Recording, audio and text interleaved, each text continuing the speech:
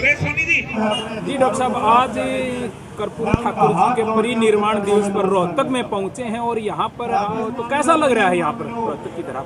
Sir, मैं अभी पंचाल साहब, महेंद्र पंचाल साहब के साथ हूँ, सुरेंद्र पंचाल साहब के साथ हैं। हम लोग कई सालों से अति पिछड़ा वर्ग के लिए काम कर रहे हैं, इनको समर्थन देने के लिए।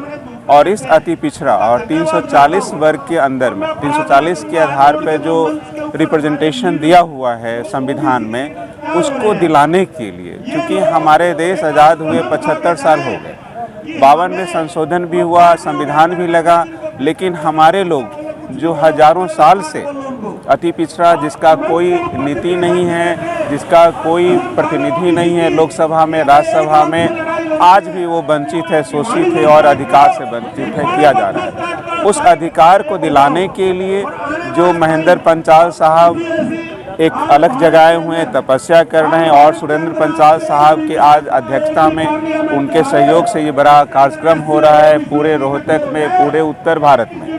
अति पिछड़ा को जोड़ने का, हम उसको समर्थन करने के लिए और इनको नमन करने के लिए आए हैं। जी, आप दिल्ली से यहाँ पहुँचे हैं और दिल्ली में आप किस प्रकार का कार्यक्रम करते हैं? दिल्ली में हम लोग 2 तरह का कार्यक्रम करते हैं। एक समाजवाद, शर्मन संस्कृति के अलग जगाने के लिए। जो हमारे देश में छुआछूत, ऊंच नीच का भेदभाव आया है, ये ब्राह्मण धर्म, ब्राह्मणवाद का श्राप है। हम देश के मूल निवासी हैं, 80% के लोग हैं, जिसको मूल रूप से आप देखेंगे कि मोस्ट बैकवर्ड है और धार्मिक अल्पसंख्यक हैं और दलित हैं।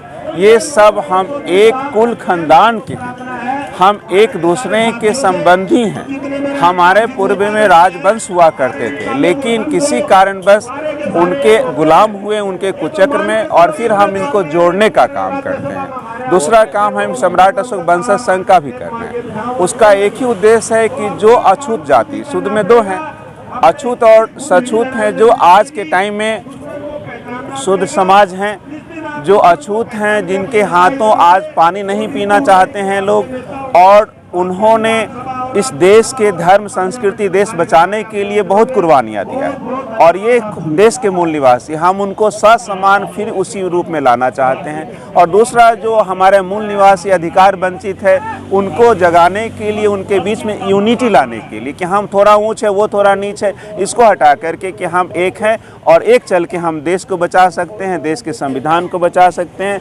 और कर्पूरी ठाकुर का बात था कि अंतिम छोर में जो व्यक्ति बैठा हुआ है, जब तक उसको न्याय नहीं मिलेगा, उसका अधिकार नहीं मिलेगा, समाज अधिकार भी न्याय तो मिला है। आप एक पिछड़े प्रदेश से, बिहार से, और आज दिल्ली में बैठे हैं, प्रोफेसर डॉक्टर लगे हुए हैं, तो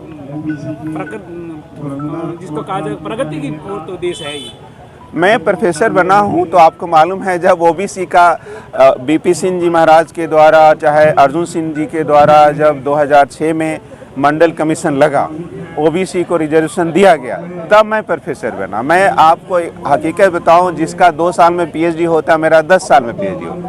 पंजाबी के पास जब वो धक्के खा मारते थे, बहुत तकलीफ से करके आया हूँ। आज दिल्ली यूनिवर्सिटी में कुछ प्रोफेसर हैं और उनका को जीवन उफर हुआ है, लेकिन जैसे मोदी सरकार आए हैं, सारे संविधान के नीति आर्टिकल को ध्वस्त करते हुए, जो अधिकार विहीन व्यक्तियों, वंचितों, शोषितों के लिए संविधान में अधिकार, उसको समाप्त कर रहे हैं। और हमारे लोग सोए हुए हैं, हमारे लोग राम में लगे हुए हैं।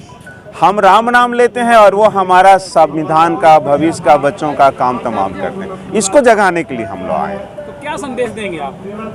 हम संदेश देंगे, आपके समाज यहाँ पर आए हैं, आप दिल्ली से चलकर, तो आपके समाज को क्या संदेश देंगे? 2 बात हम कहना चाहेंगे कि इस देश के जो मूल निवासी हैं, चाहे वो ओबीसी हैं, एमबीसी हैं, धार्मिक अल्पसंख्यक करके देखिए, आज जो मुस्लिमों पे बहुत अत्याचार हो रहा है, लेकिन वो मुस्लिम ज़्यादातर हमारे मूल निवासी भाई हैं, जो देश के स्वतंत्रता के लड़े हैं। आज दलितों पे हर दिन बहुत ज़्यादा अत्याचार हो रहा है, और उनकी तरह से उन पर इतना अत्याचार कि बहु बेटियों में वीडियो देख के परेशान हो जाता हूँ। हम उन लोगों को कहते हैं कि आप एक हो, इस देश के बेटा हो, इस देश के बेटी हो, आप बीच में कोई भेद नहीं है। अगर आप एक दूसरे का सपोर्ट करेंगे, तभी ये पूरे समाज का सपोर्ट होगा, समर्थन होगा, देश बचेगा।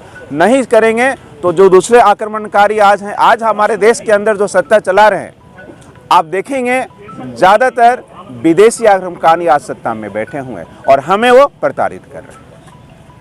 धन्यवाद। नमन करता हूँ और नमन करते हुए आपको, अभी आप अति पिछड़ा और शिल्पकार की बात कहते हैं और सब पंचाल जहांगीर साहब अपने सबको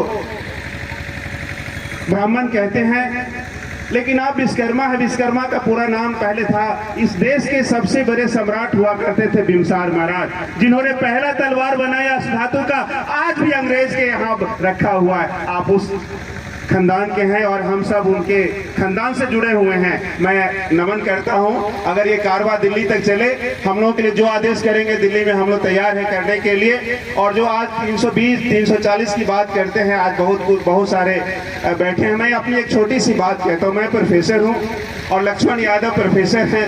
हम लोग कॉलेज में थे, निकाला गया रतनलाल, जो ओबीसी एससी समाजवादी के प्रोफेसर लोग होते हैं आज के टाइम में, उनको निकाला जा रहा है, छांटा जा रहा है।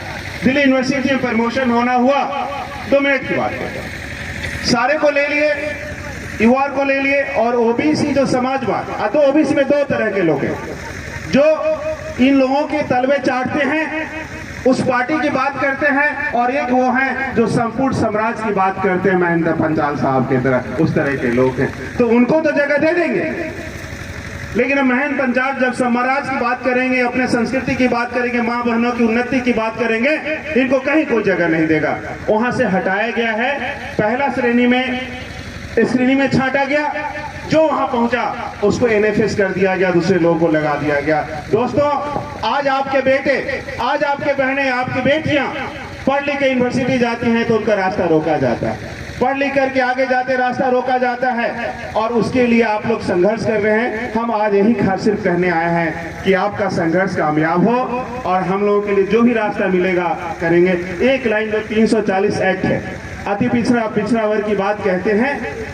माता जी आप लोग बैठे हैं, सब बैठे हैं, 340 संविधान में एक आर्टिकल जिसके आधार पर ओबीसी बना, जिसके आधार पर अति पिछड़ा वर्ग बना, उसमें लिखा है, बाबा साहब ने लिख दिया कि जिस समाज की जनप्रतिनिधि लोकसभा में नहीं है, राज्यसभा में नहीं है, पंचायत में नहीं है, और वो अपने बल से चुन के नहीं आ रहे हैं, हम 2% है, 1% है, 3% है, बिखरे समाज नहीं चुन के आते हैं, इसके लिए 340 धाराएं हैं। उन लोगों को रिजर्व करके, सीट चिन्हित करके राज्यसभा, पंचायत सभा और लोकसभा में भेजा जाए, और उसकी लड़ाई है। और वो तभी होगा सर जी जब जातीय जनगणना होगा। ये वो जान रहे हैं लेकिन हम लोग नहीं जान रहे हैं। हमें दोनों चीज पर आगे करना है। और आज 2 चीज और कह के चला जाता हूं। 2 तरह के ग्रुप है।